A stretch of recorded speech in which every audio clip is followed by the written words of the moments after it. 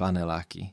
Keď sa vysloví to slovo, v mysli sa mnohým z nás vynoria sivé fasády, dlhé rady rovnakých okien, logie, ihriská medzi domami, občas neforemné prístavby a parfém nostalgie hrajúci s vôňou detstva.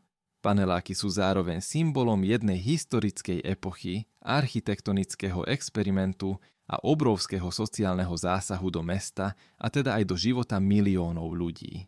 Ich príbeh sa začal tam, kde sa končila druhá svetová vojna, s obrovským nedostatkom vhodného bývania v celej Európe, s potrebou rýchlo a efektívne zabezpečiť strechu nad hlavou pre rodiny a s politicko-ideologickou vôľou, ktorá preferovala masové, štátom riadené riešenia pred individuálnym trhom.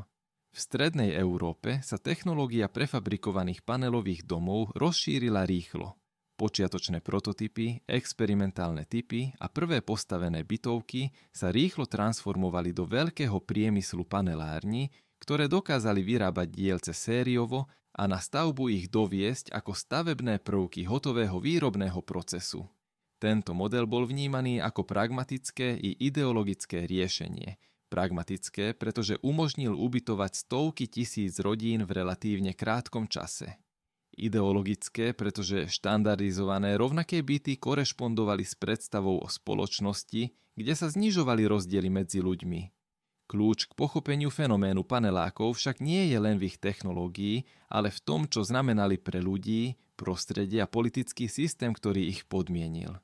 História panelových domov v českých a slovenských mestách má svoj jasný počiatočný bod. Do textov odborníkov i do populárnych prehľadov sa často uvádza, že prvé experimentálne použitie prefabrikovaných panelov v Prahe sa realizovalo v štvrti Ďáblice, pričom oficiálne otvorenie prvej takejto stavby je datované do polovice 50. rokov.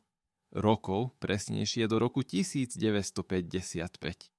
Tento moment symbolizuje vstup prefabrikácie do praxe formou konkrétnych objektov, ktoré neskôr prešli do sériovej výroby a stali sa predlohami pre masovú výstavbu. Keď si predstavíme priebeh 50. a 60. rokov, vidíme, ako sa od experimentálnych malých domov prešlo k vysokopodlažným blokom s 10 a 16 podlažiami, ktoré vytvorili rozsiahle sídliská na okrajoch miest, často na miestach, kde boli predtým záhrady, vinice alebo menšie obydlia. Tieto nové sídliská už neboli len kolekciou blokov. V plánovaní vznikal koncept samostatnej urbanistickej jednotky, kde mal byť bytový súbor doplnený školami, škôlkami, obchodmi, službami a zeleňou. Koncepcia, ktorá v mnohých ohľadoch predbehla dobu, aj keď jej realizácia často trpela centralizmom a nedostatočnou citlivosťou k starším mestským štruktúram. V sovietskom a následne v celom východnom bloku bol impulz na masovú prefabrikáciu čiastočne výsledkom politického rozhodnutia. V ZSSR inicioval Nikita Chruščov sériu opatrení na zrýchlenie bytovej výstavby, ktoré viedli k vývoju tzv. Chruščeviek, nízkopodlažných, rýchlo stavaných obytných blokov s omnoho menšími bytmi než v predchádzajúcich stalinistických stavbách. Tento model rýchlej industrializácie bytovej výstavby sa rozšíril do ďalších socialistických krajín, pričom každý štát si ho prispôsobil vlastným spôsobom. Ide o dôležitý kontext. Paneláky v Československu či na Slovensku nepadli z neba ako izolovaný fenomén, ale sú súčasťou širšieho trendu modernizácie bývania, ktorý sprevádzal povojnové obdobie v celej Európe. Technológia výstavby panelových domov bola v podstate priemyselnou montážou. V špecializovaných závodoch sa vyrábali železobetónové panely, steny, stropy, balkónové dielce, ktoré sa potom dopravovali na stavenisko a skladali do hotového obalu budovy. Tento proces bol rýchly. V ideálnych podmienkach sa mohol celý bytový blok zmontovať za niekoľko týždňov. Rýchlosť výstavby bola obrovskou výhodou v čase, keď bolo treba riešiť bytovú núdzu. Rýchlosť však priniesla aj nevýhody. Prvé série panelových dielcov a spôsob ich montáže nevždy zaručili dostatočnú kvalitu spojov. Problémom sa stali škáry medzi panelmi, tepelná mosty, úniky vody alebo zlé oplechovanie miest spojov. Ak sa údržba zanedbala, problém sa stupňoval. Paradoxne, práve masová priemyselná povaha výstavby vytvorila technický základ, ktorý pri pravidelnej údržbe umožňuje budovám slúžiť veľmi dlho, no pri zanedbaní údržby sa problémy kumulovali a z rôznych systémových chýb vznikali vnútorné poruchy. Preto je k otázke životnosti potrebné pristupovať opatrne.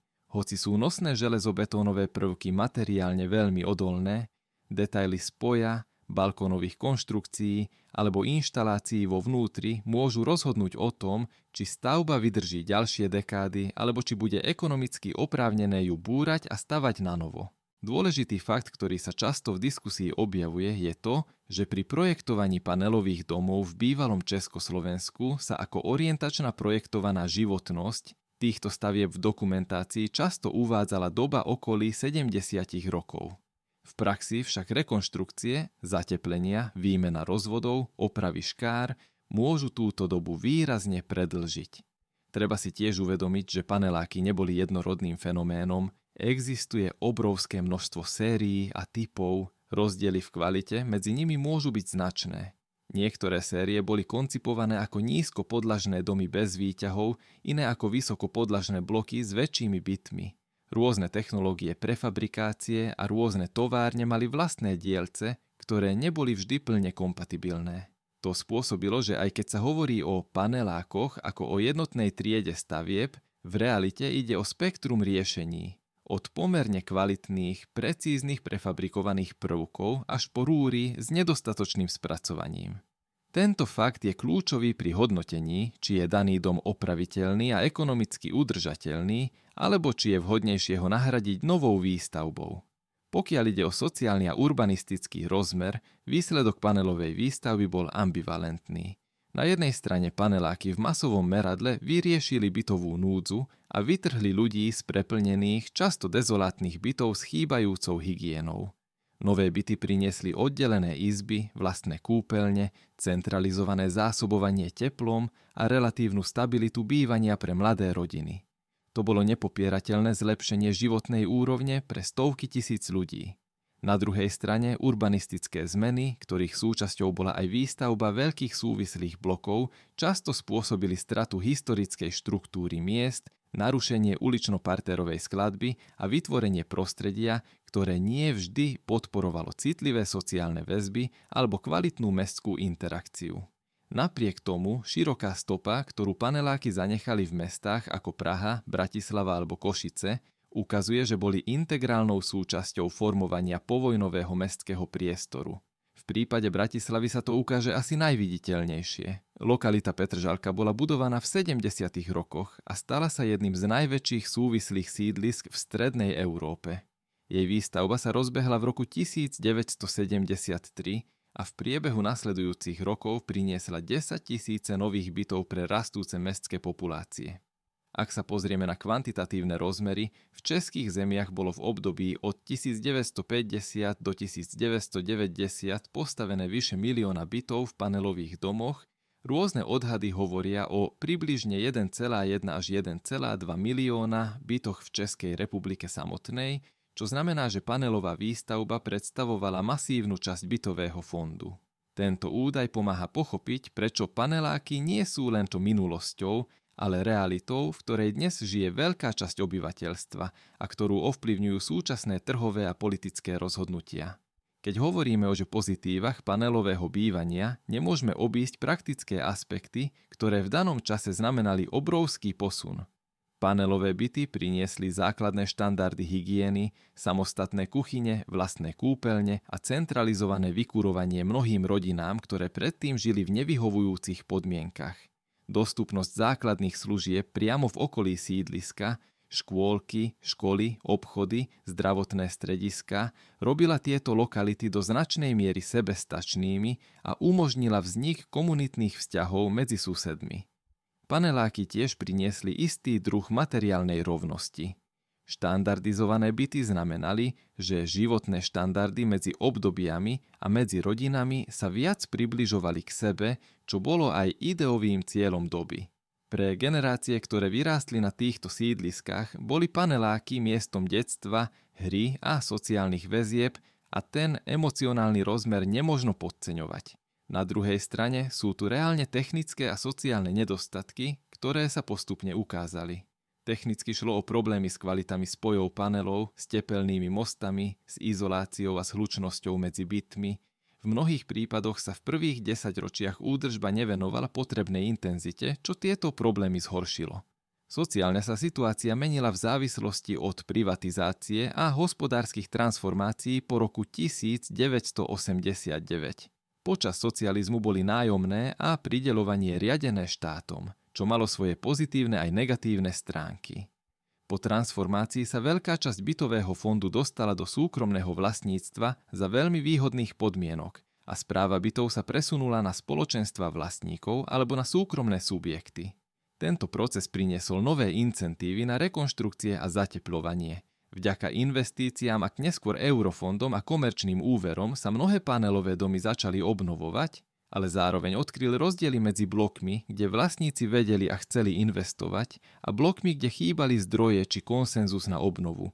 Vplyv tejto transformácie je odborníkmi považovaný za jeden z hlavných faktorov, ktoré rozhodli o dnešnom stave rôznych sídlisk. Rekonštruované domy, ktoré prešli komplexnou obnovou fasády, výmenou okien a modernizáciou jadier, dnes často poskytujú plnohodnotné, energeticky efektívne bývanie porovnateľné s novostavbami. Naopak, zanedbané domy môžu trpieť statickými problémami s tepelnými stratami či so zatekaniami v miestach spojov panelov. V diskusii o panelákoch sa objavuje aj silný argument ekonomický. Z ekonomického hľadiska je kompletná obnova existujúceho domu veľmi často lacnejšia než búranie a výstavba úplne nového objektu s rovnakou kapacitou.